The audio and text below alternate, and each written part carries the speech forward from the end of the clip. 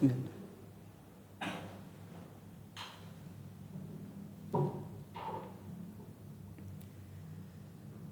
Assalamualaikum warahmatullahi wabarakatuh. Innal hamdalillah nahmaduhu wa nasta'inuhu wa nastaghfiruh wa na'udzu billahi min shururi anfusina wa sayyiati a'malina.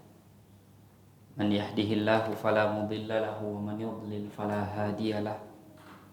Asyhadu an la ilaha illallah wahdahu la syarika lah. Wa asyhadu anna Muhammadan abduhu wa rasuluh.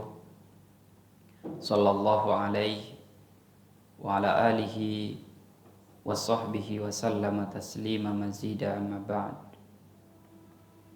Ya ayyuhalladzina amanu taqullaha haqqa tuqatih wa la tamutunna illa wa antum muslimun. Ya ayyuhan nasu taqu rabbakumul ladzi khalaqakum min nafsin wahidah wa khalaqa minha zawjaha wa batha minhuma rijalan katsiran wa nisaa'a wattaqullaha alladzi tasaaluna bihi wal arham innallaha kana 'alaikum raqiba. Fa inna asdaqal hadithi kitabullah wa khairal hadyi hadi Muhammadin sallallahu alaihi wasallam wa syarrul umuri muhdatsatuha wa kullu muhdatsatin bid'ah wa kullu bid'atin dhalalah wa kullu dhalalatin finnar. Kaum muslimin jamaah Masjid Al-Jannah yang dimuliakan Allah Subhanahu wa taala. Segala puji bagi Allah yang telah mengatur takdir manusia, yang memberikan bimbingan kepada hamba-hambanya untuk menjalani takdir Allah Subhanahu wa taala dengan baik dan benar. Segala puji bagi Allah yang dengan karunia dan nikmatnya tertutup dari kita banyak pintu keburukan yang Allah buka untuk kita pintu-pintu kebaikan, kemudian memudahkan kita untuk menapaki, melaksanakan beragam ketaatan. Itu semua adalah karunia, nikmat, kemudahan dari Allah Subhanahu wa taala, dan semua takdir Allah memiliki hikmah yang tidak semua orang tahu hikmah dari apa yang sudah Allah tuliskan. Pada kesempatan yang mulia ini kita melanjutkan pembahasan perjalanan hidup Rasulullah sallallahu alaihi wasallam. Di tahun pertama Nabi membangun Masjid Nabawi. Di tahun kedua Hijriyah terjadi perang Badar. Di tahun ketiga sudah kita bahas terjadi perang Uhud. Di tahun keempat penulis tidak menyebutkannya. Di tahun kelima, nah kita berada di tahun kelima Hijriyah, terjadi perang Ahzab. Kita menyebutkan beberapa peristiwa yang tidak disebutkan oleh penulis, akan tetapi ini diperlukan agar kita bisa memahami peristiwa yang akan beliau sebutkan.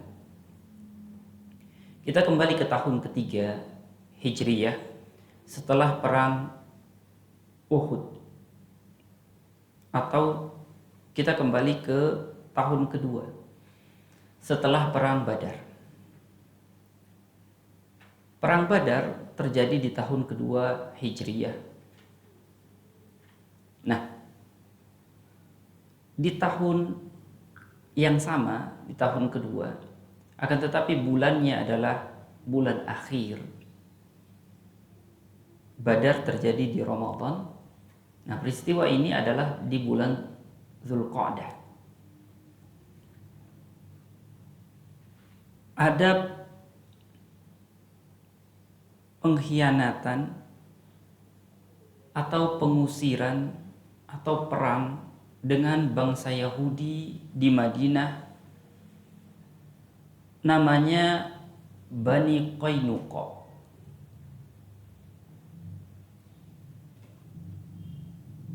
Sebab terjadi peristiwa dengan Bani Qainuqa, di antaranya banyak peristiwa yang menjadi penyebab.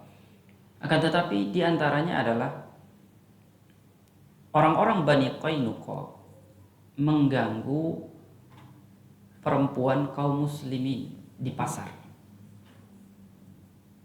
Itu juga membuat Nabi marah, sehingga terjadilah pengepungan terhadap orang-orang Bani Qainuqa dan pengusiran mereka dari sana. Nah, Bani Qainuqa ini adalah sekutunya atau mitra dari orang-orang Madinah Khazraj. Walhasil mereka sudah diusir dari Madinah karena tidak menyepakati perjanjian keamanan. Mereka malah mengganggu. Kemenangan kaum muslimin di Badar menurut mereka hanya sebuah kebetulan saja. Nah, kemudian di tahun ketiga terjadi perang Uhud. Dan kita tahu banyak orang mengira bahwa kaum muslimin kalah di Uhud. Akan tetapi tidak bisa dikatakan kalah sebetulnya. Karena perang Uhud tidak seperti Badar. Kalau di perang Badar, kaum musyrikin kalah. Pasukannya yang masih tersisa lari. Beberapa pemimpin dan tokoh mati. Beberapa orang bisa ditawan sebagai tawanan. Dan kaum muslimin berada di Badar beberapa hari, menunjukkan pemenang terakhir pulang. Berbeda dengan di Uhud. Di Uhud ya, kaum muslimin 70 orang sebagai syuhada. Tapi tidak ada orang Islam yang bisa ditawan oleh orang kafir Quraisy. Tidak ada yang ditawan oleh mereka. Dan mereka orang kafir Quraisy lebih dulu pulang. Pemenang itu biasanya dalam peperangan mereka pulangnya terakhir, menunjukkan bahwa mereka menang. Yang kalah lari. Sementara di Uhud tidak.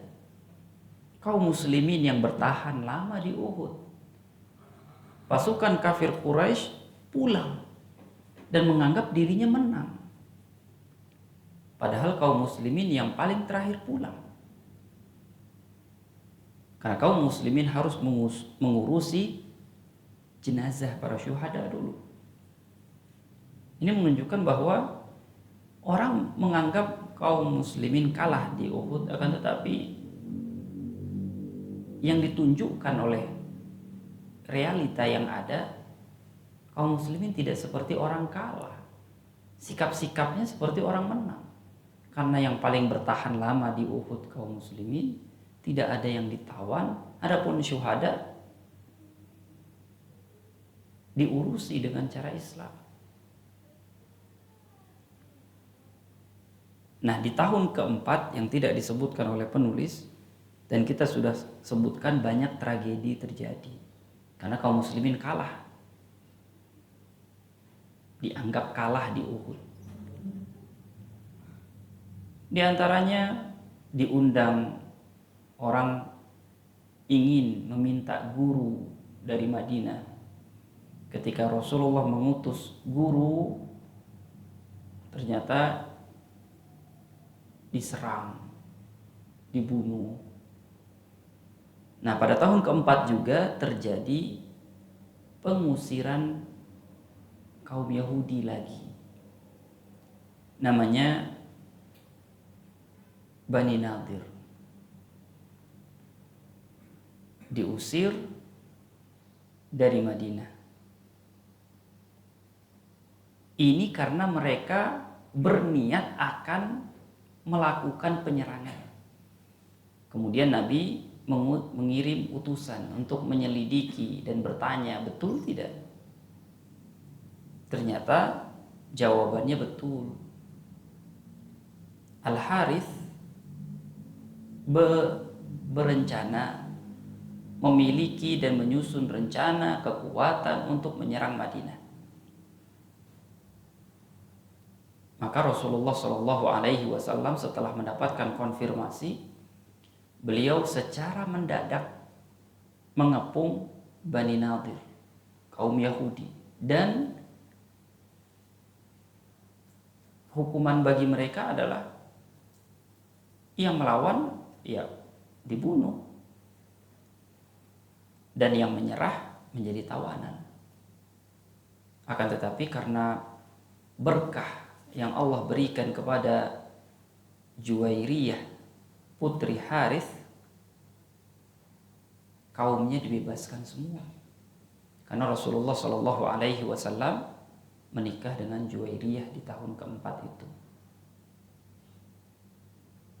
Adapun Harith sendiri maka mati. Nah, ini yang menyebabkan orang-orang Quraisy, orang-orang Yahudi bekerja sama dalam perang Ahzab yang sedang kita bahas atau yang sudah kita bahas. Terjadi pengepungan di tahun kelima, 1 tahun setelahnya, di perang Ahzab. Dan itu hampir 1 bulan kaum muslimin dikepung. Nah, dalam perang Ahzab yang sudah kita bahas, tersebutlah Yahudi yang lain, namanya Bani Quraisyah. Jadi Bani Qainuqa sudah di tahun kedua diusir setelah Badar. Kemudian di tahun keempatnya Bani Nadir, Yahudi juga sudah dan juga diusir. Dan ini setelah Uhud, 1 tahun jaraknya. Nah, sekarang tersebut nama Bani Quraisyah di tahun kelima. Ini karena faktor dari pimpinan mereka, tokoh mereka, namanya Huyai bin Akhtab.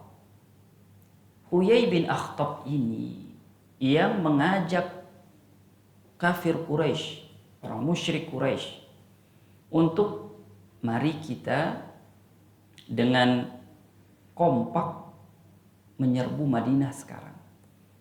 Nah, dia datang menuju orang-orang Yahudi yang masih memiliki dendam sekitaran Madinah, juga orang Quraisy dan semuanya, untuk bisa menyerang Madinah.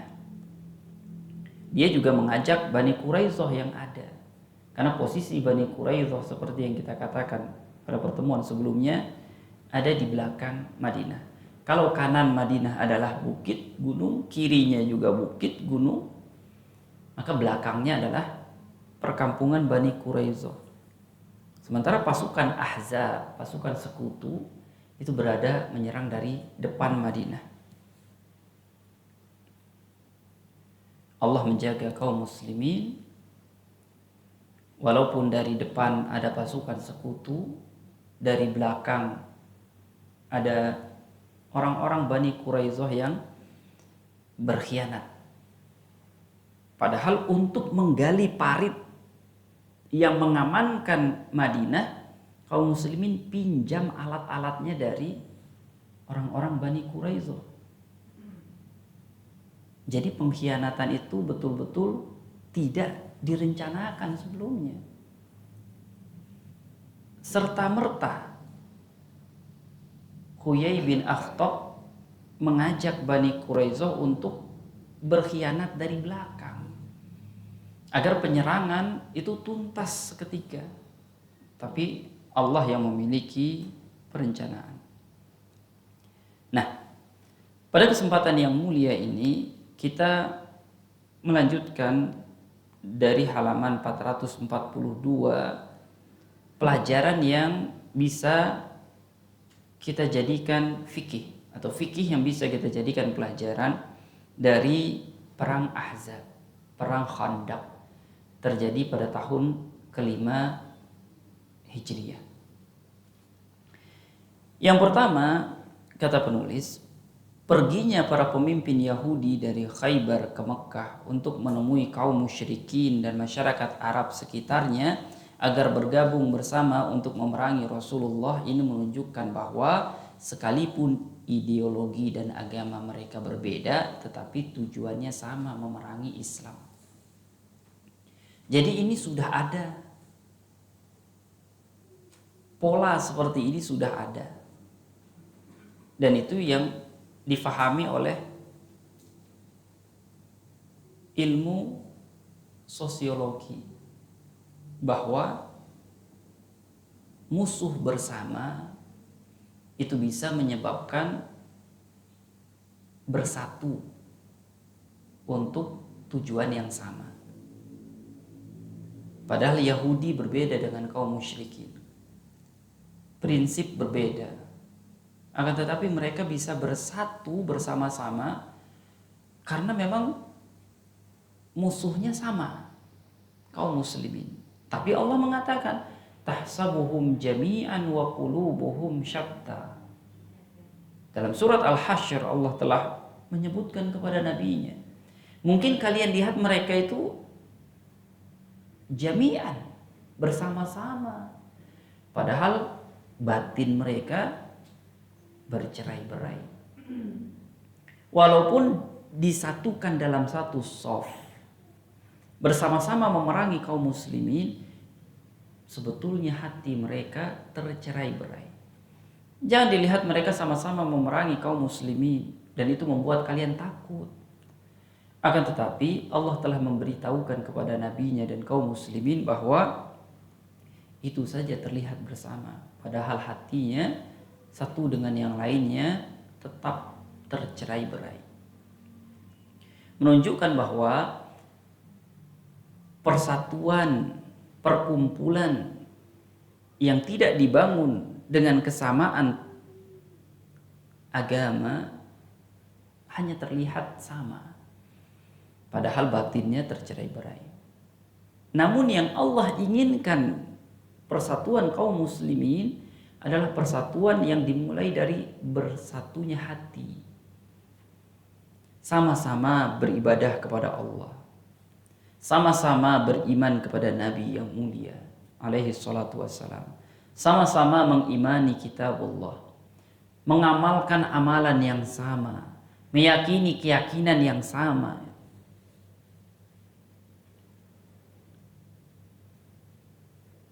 Itu yang Allah katakan, wa'tasimu bihablillahi jami'an wa la tafarraqu. Hendaknya kalian bersatu di atas agama Allah, kalian semua, dan jangan tercerai-berai. Semua mengajak pada persatuan, tapi persatuan yang Allah Subhanahu wa taala ajak, persatuan yang lebih kuat talinya. Yang kedua, ketika Rasulullah Shallallahu alaihi wasallam mengetahui rencana pasukan gabungan Ahzab ini, beliau mengajak para sahabatnya untuk bermusyawarah. Ternyata tidak ada orang yang paling banyak melakukan musyawarah kecuali Rasulullah. Menunjukkan bahwa sistem pengambil keputusan dalam agama kita dan dicontohkan oleh Rasulullah SAW adalah musyawarah. Dan yang paling sering pemimpin melakukan musyawarah adalah Rasulullah SAW. Sehingga ditemukanlah ide penggalian parit Khandaq yang didapat dari ucapan Salman, pengalaman Salman Al-Farisi di negerinya Persia. Dan ini adalah sunnah Rasulullah SAW. Namun perlu kita bahas dan perlu diingatkan bahwa musyawarah itu ditentukan oleh pimpinan musyawarah. Bukan mengambil keputusan tanpa musyawarah, juga bukan mengambil hasil musyawarah dengan hitungan terbanyak. Tidak ini, tidak itu. Musyawarah seperti yang Nabi ajarkan. Yang ketiga, pada proyek penggalian parit di atas kita dapat mengambil sebuah pelajaran bahwa boleh memanfaatkan apa yang ada pada orang lain selama tidak bertentangan dengan agama kita. Kan kaum muslimin meminjam alat-alat dari perkampungan Bani Quraisyah untuk menggali parit untuk kemaslahatan Madinah. Boleh. Kaum muslimin meminjam dari orang lain yang tidak satu agama, satu pendapat, boleh, untuk hal yang manfaat. Akan tetapi tidak sampai menjual agama. Dalam urusan yang bukan agama diperbolehkan saling membantu, meminjam. Yang keempat, keterlibatan langsung Rasulullah SAW dan para sahabatnya dalam penggalian parit, memanggul tanah, merupakan salah satu pelajaran bagi para dai. Apabila memerintahkan satu kebaikan, hendaknya dia orang yang pertama kali melakukan. Nabi mengajak sahabatnya menggali parit, Nabi ikut menggali parit. Nabi ikut memanggul batu, ikut memanggul tanah.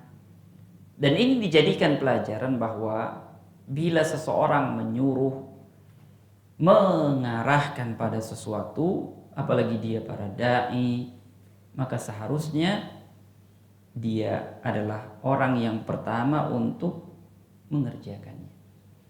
Karena Nabi yang mulia alaihi salatu wassalam selalu sebagai orang yang berada di saf terdepan di dalam mempraktikkan apa yang beliau perintahkan.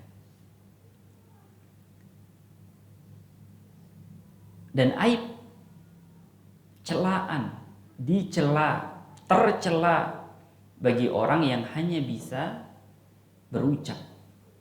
Allah berfirman, "Atamuruna an-nasa bil birri wa tansawna anfusakum wa antum tatluna al-kitab afala ta'qilun." Apakah kamu hanya memerintahkan orang pada kebaikan tapi kamu tidak mengerjakannya? Kamu melupakan diri dan memberikan kebaikan pada orang lain. Apakah begitu pola orang yang memiliki pengetahuan, akal, pikiran, padahal kalian senantiasa membaca kitab? Yang kelima, dalam peperangan ini pasukan gabungan telah berdatangan dari berbagai penjuru, sementara kaum muslimin baru saja selesai menggali parit agar Madinah tidak dapat ditembus oleh musuh. Kemudian Rasulullah turun langsung untuk memecah batu yang menghalangi proses penggalian parit tentunya.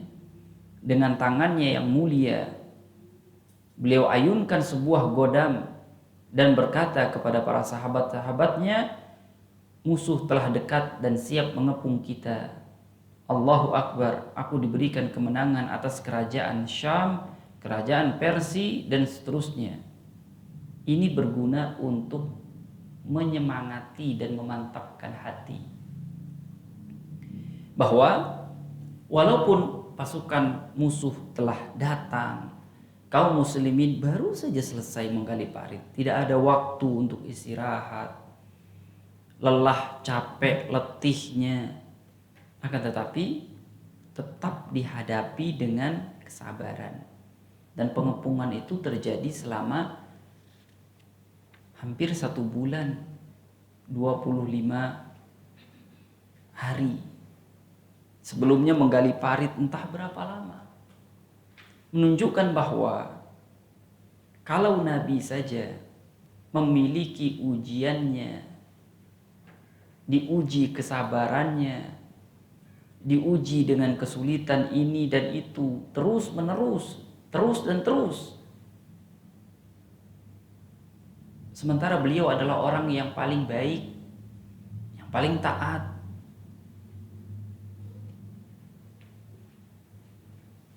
Apalagi yang bukan Nabi. Dan tidak boleh ada kalimat-kalimat seperti kalimat orang-orang munafik yang mereka menggerutu, katanya kita mau dapat kemenangan, menaklukkan kerajaan Syam dan Persia.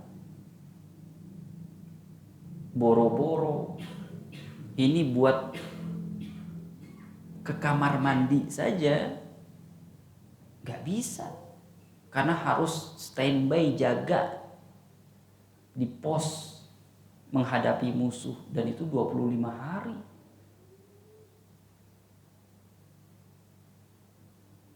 Maka kaum muslimin tidak boleh mengatakan, kenapa saya sial terus? Ini ujian lagi, ini ujian lagi. Semenjak datangnya, semenjak ini nih. Kan begitu yang dikatakan oleh orang-orang munafik.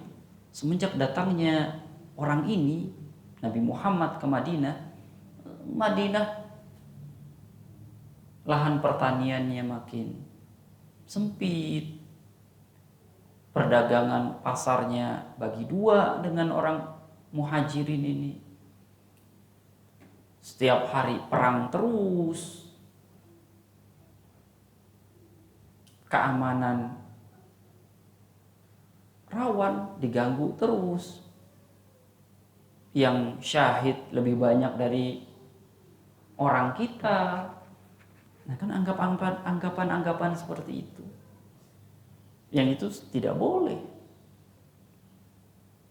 Padahal Nabi adalah manusia yang paling taat, paling baik, paling mulia. Akan tetapi ujian hidupnya begitu. Yang keenam, pada situasi yang berat biasanya akan terlihat sosok manusia munafik. Para ulama ahli sirah mengatakan, di Mekah tidak ada orang munafik. Ada orang munafik itu di Madinah.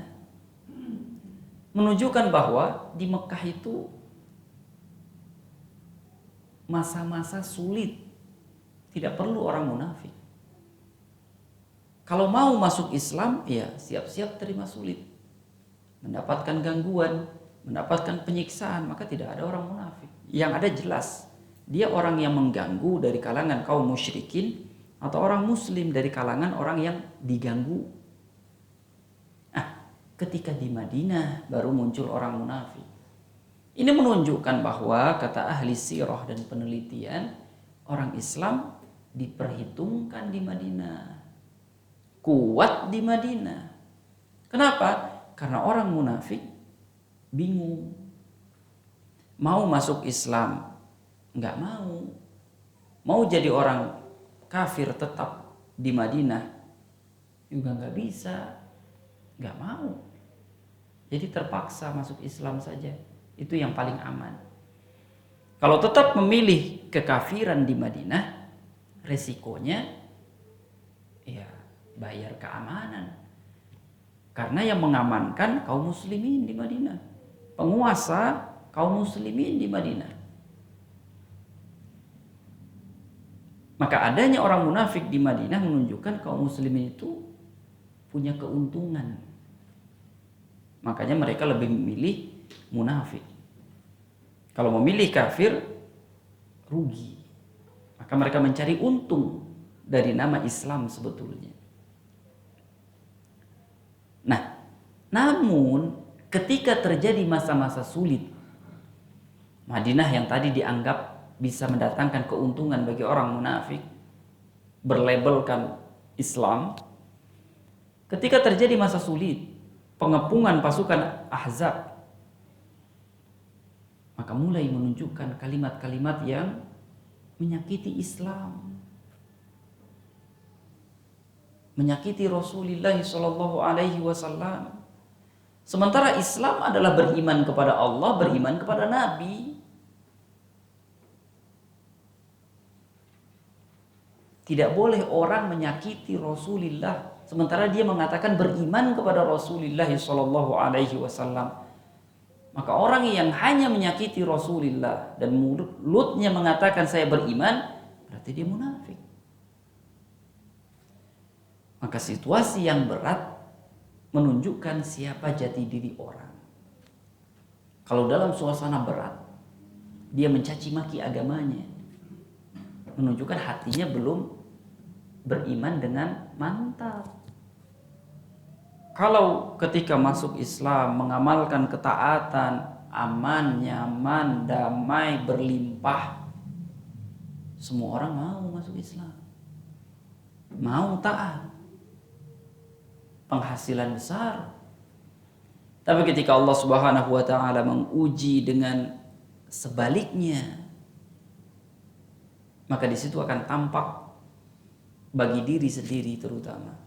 Apakah keimanan selama ini, apakah ini keimanan yang betul-betul beriman, atau keimanan hanya karena kenyamanan, keimanan hanya karena keuntungan.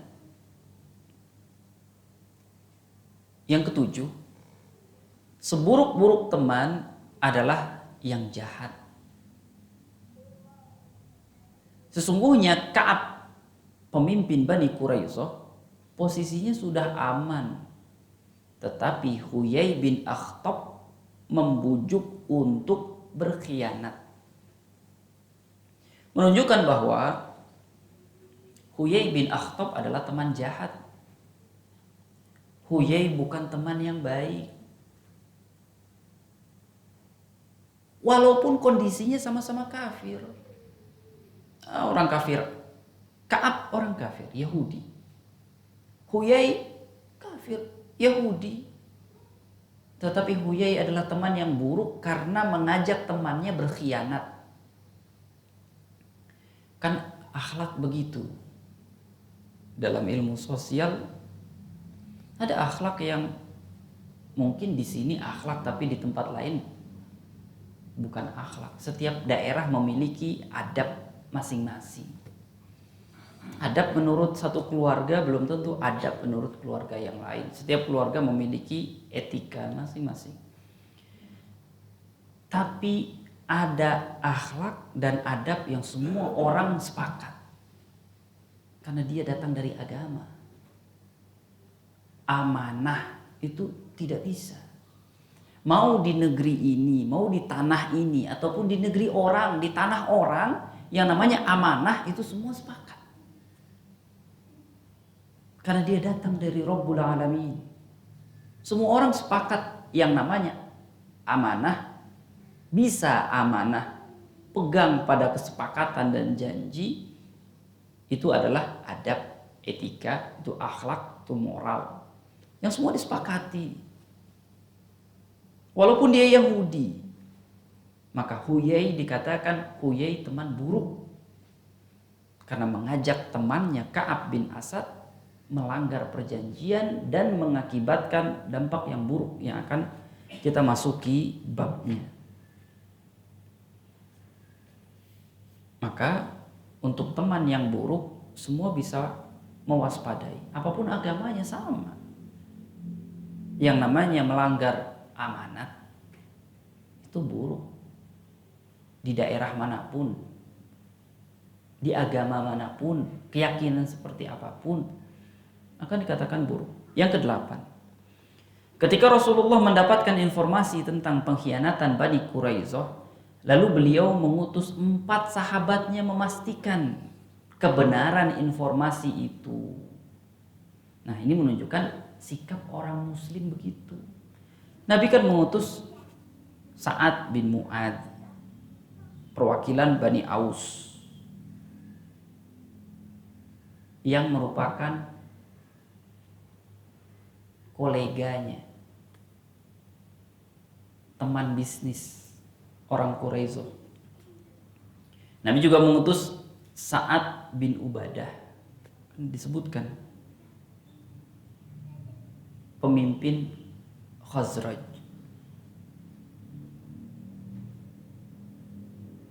Nabi juga mengutus Abdullah bin Rawahah, orang Ansor juga,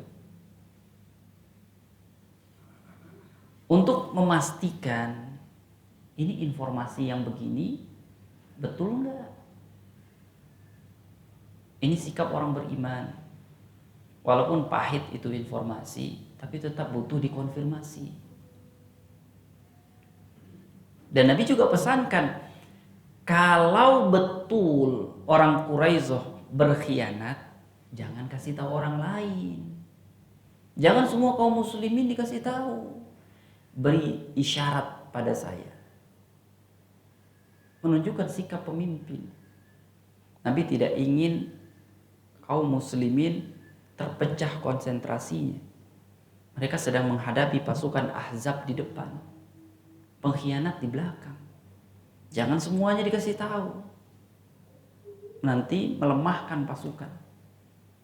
Cukup pemimpin yang dikasih tahu, nanti pemimpin yang akan mencari jalan. Ini menunjukkan sikap orang beriman dan sikap pemimpin orang beriman. Yang kesembilan, Rasulullah berpesan kepada sahabatnya yang akan berangkat ke Bani Quraisyah untuk memastikan informasi tersebut agar memberikan isyarat. Ini yang tadi kita bahas. Yang ke-10, pada perang Ahzab terjadi mukjizat Rasulullah, memperbanyak hidangan makanan. Karena makanan, Jabir bin Abdullah pulang ke rumah, melihat, bertanya kepada istrinya, ada makanan tidak? Saya melihat Rasulullah Shallallahu Alaihi Wasallam lapar, diganjal batu perutnya. Ya, ada beberapa adonan, kemudian anak kambing. Akhirnya itu yang disembelih, itu yang dibuat adonan makanan, dan hanya sedikit. Jabir telah mengisyaratkan, ya Rasulullah, boleh ajak beberapa orang, 1 atau 2, di rumah saya ada makanan. Tapi Nabi bukan orang yang sendirian. Nabi mengajak seluruh kaum muslimin yang menggali parit makan di rumah Jabir. Pasti tidak cukup. Akan tetapi mukjizat Rasulullah SAW, makanan yang sebegitu sedikitnya cukup untuk seluruh kaum muslimin yang menggali parit, dan tidak habis-habis. Ini mukjizat dari Rasulullah SAW yang Allah berikan. Yang ke-11, musyawarah Rasulullah dengan 2 sahabatnya untuk memberikan sebahagian hasil panen kurma Madinah kepada Bani Ghatafan agar mereka mau bergabung kembali. Kemudian keduanya memberi tanggapan kepada beliau. Dalam hal ini kita dapat mengambil pelajaran sejauh mana ide itu dapat diterima. Kembali lagi, Nabi bermusyawarah. Kan Nabi mempertimbangkan bahwa kita ajak salah satu suku di pasukan Ahzab agar pulang, tidak perlu menyerang Madinah.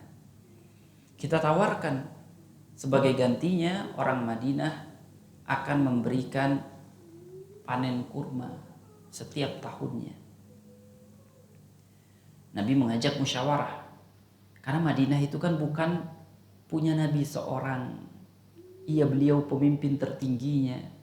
Akan tetapi beliau menghargai suku Aus yang ada di situ, suku Khazraj yang ada di situ sebagai pemilik tanah Madinah. Nabi bermusyawarah dengan 2 pimpinan Aus dan Khazraj. Maka pimpinan itu Sa'ad bin Mu'adz dan Sa'ad bin Ubadah mengatakan, orang Ghatafan Yahudi itu tidak bisa dan tidak pernah makan kurma kami kecuali sebagai tamu atau beli, nggak ada yang gratisan. Itu dulu ketika kami masih kafir, belum beriman. Apalagi setelah kami beriman, kami nggak mau memberikan kurma kami gratisan. Kalau nggak sebagai tamu, maka harus beli.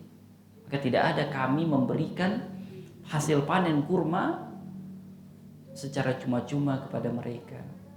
Nah, ini kan musyawarah Nabi. Dan tetap dalam musyawarah hasil itu ditentukan oleh pimpinan. Nabi tidak mengikuti yang terbanyak. Dan Nabi mengatakan mengambil pilihan untuk tidak jadi, menawarkan idenya kepada orang Ghatafan Yahudi.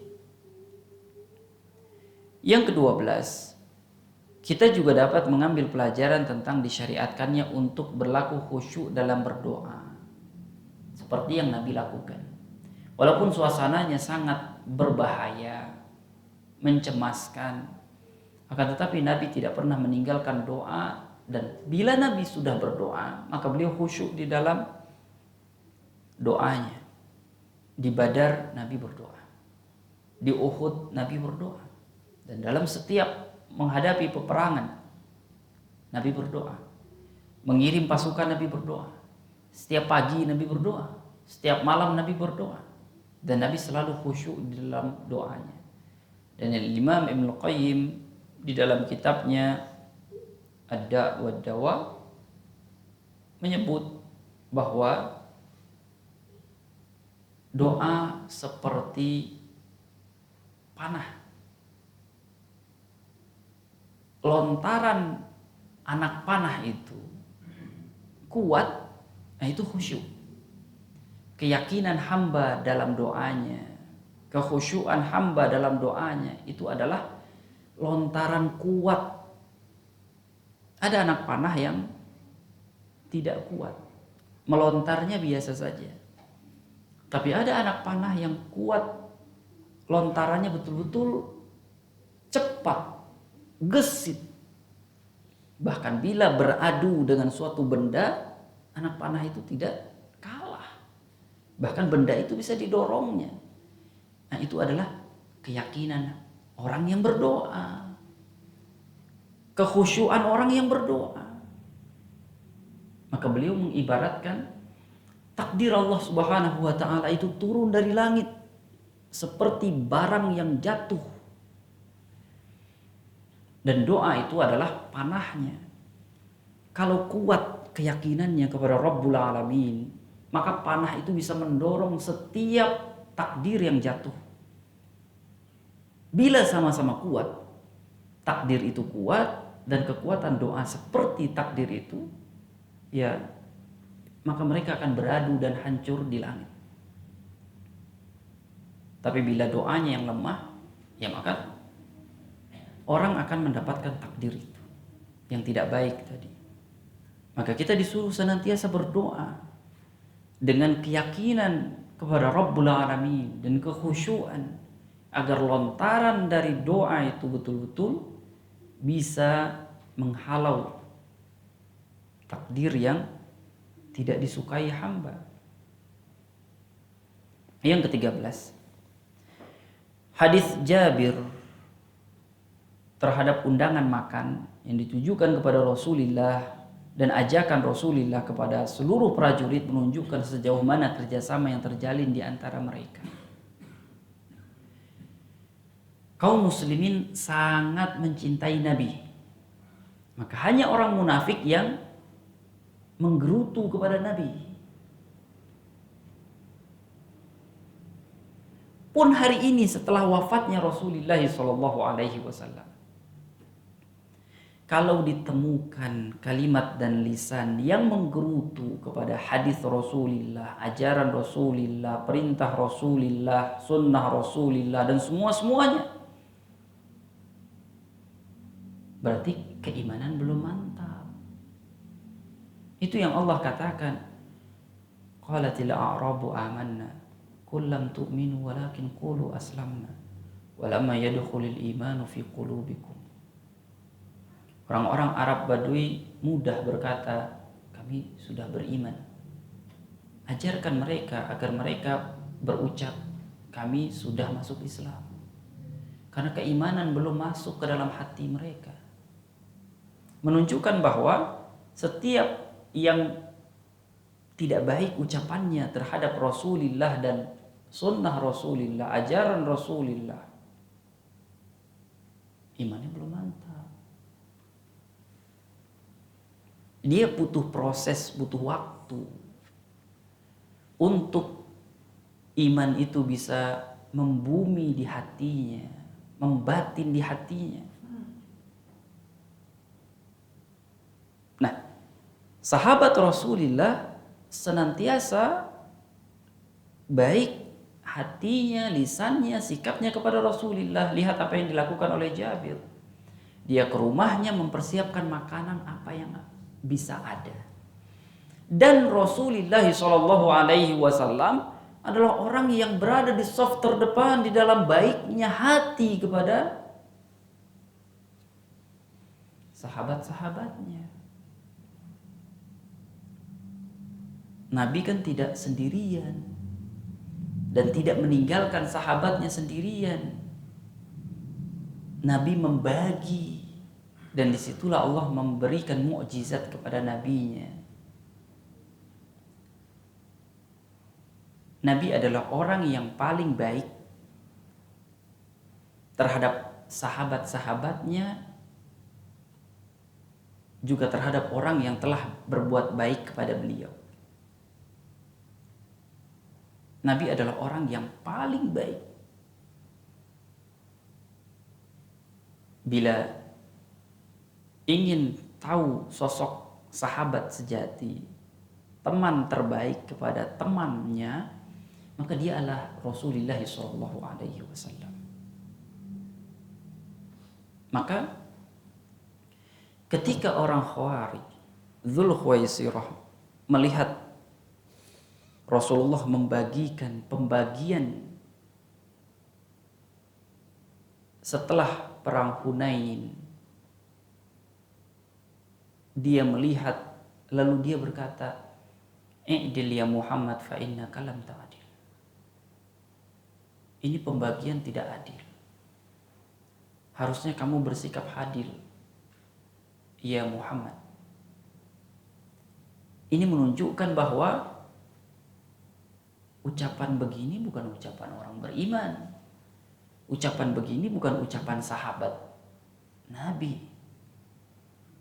Ini ucapan orang kurang ajar pada Rasulullah SAW. Dan tidak ada sahabat Nabi yang begini ucapannya kepada Rasulullah. Karena Allah menyuruh orang beriman volume suaranya di bawah suara Nabi. Ya ayyuhalladzina amanu la tarfa'u aswatakum fawqa sautin nabi. Wahai orang beriman, jangan diangkat suara melebihi suara Nabi. Loh, ini kalimatnya buruk terhadap Nabi. Tentu lebih buruk lagi. Nah, ini menunjukkan bagaimana hubungan mereka antara sahabat dengan Rasulullah SAW sangat kuat. Dan yang bisa membuat kuat seperti itu adalah iman, agama. Yang ke-14, peperangan ini membawa dampak positif. Allah telah mengusir orang kafir dengan kekecewaan. Lihat bagaimana mereka dibuat kecewa. Sudah bawa-bawa 10.000 pasukan, gabungan, sekutu, berhari-hari lamanya, pulang membawa malu. Masa Madinah dikepung tidak bisa ditaklukkan? Harus pulang diusir badai oleh Allah Subhanahu wa taala. Dan semenjak itu tidak pernah lagi ada yang bisa menyerang Madinah, mengepung Madinah, melakukan penyerangan. Itu adalah janji Nabi. Setelah ini kita yang ke mereka. Tidak akan pernah mereka datang ke sini lagi untuk mengepung, menguasai, menyerang, tidak akan lagi. Itu hikmah di balik kesabaran kaum muslimin, tidak menggerutu kepada nabinya. Yang ke-15, kaum musyrikin sekalipun nampaknya mereka bersatu padu, padahal hati mereka tercerai-berai. Allah berfirman, "Dzalikum wa anna Allaha muhinu kaidil kafirin." Demikian itu adalah karunia Allah dan sesungguhnya Allah melemahkan tipu daya orang-orang kafir. Allah juga berfirman dalam Al-Hasyr, "Tahsabuhum jami'an wa qulubuhum syatta." Kalian menyangka mereka itu bersatu, padahal hatinya tercerai-berai. Nah, ini adalah beberapa poin dari Perang Ahzab yang sudah kita bahas. Nah, lanjutan dari Perang Ahzab adalah Perang Bani Quraizoh. Karena tadi kan tersebut Huyai bin Akhtab mengajak temannya Ka'ab bin Asad untuk khianat. Balasan dari pengkhianatan itu ini yang akan dihukumkan oleh Allah Subhanahu wa taala. Maka setelah pasukan Ahzab pulang, lari, pergi meninggalkan pintu gerbang Madinah, maka kaum muslimin bisa beristirahat. Kaum muslimin mulai meletakkan senjatanya, melepas baju perangnya. Begitu pula Rasulullah SAW melakukannya. Namun malaikat Jibril datang dan mengatakan, "Apakah kamu, wahai Nabi, sudah meletakkan senjata, sementara malaikat belum meletakkan senjata? Pergilah untuk menyelesaikan urusan dengan Yahudi Bani Quraizoh." Nah, disitulah langsung Nabi yang mulia alaihi salatu wassalam memerintahkan sahabatnya untuk bergerak, tidak pakai istirahat, langsung ke perkampungan Bani Quraizoh yang ada di belakang Madinah.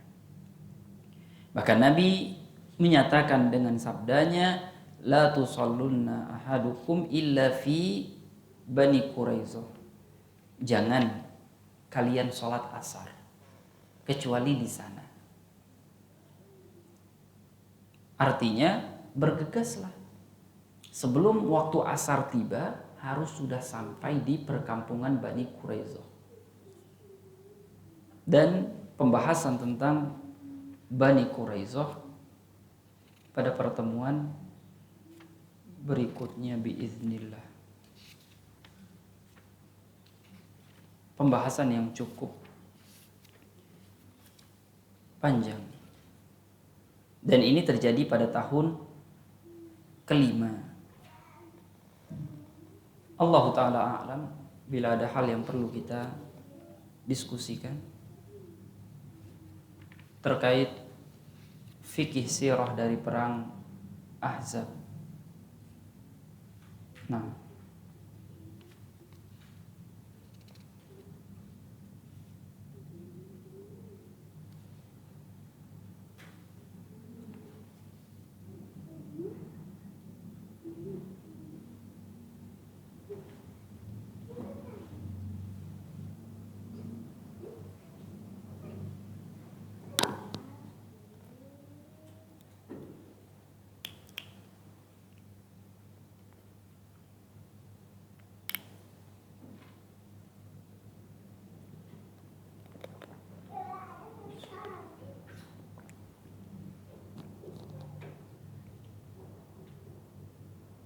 Bila tidak maka kita cukupkan. Subhanakallahumma wa bihamdika asyhadu an la ilaha illa anta astaghfiruka wa atubu ilaik. Assalamualaikum warahmatullahi wabarakatuh.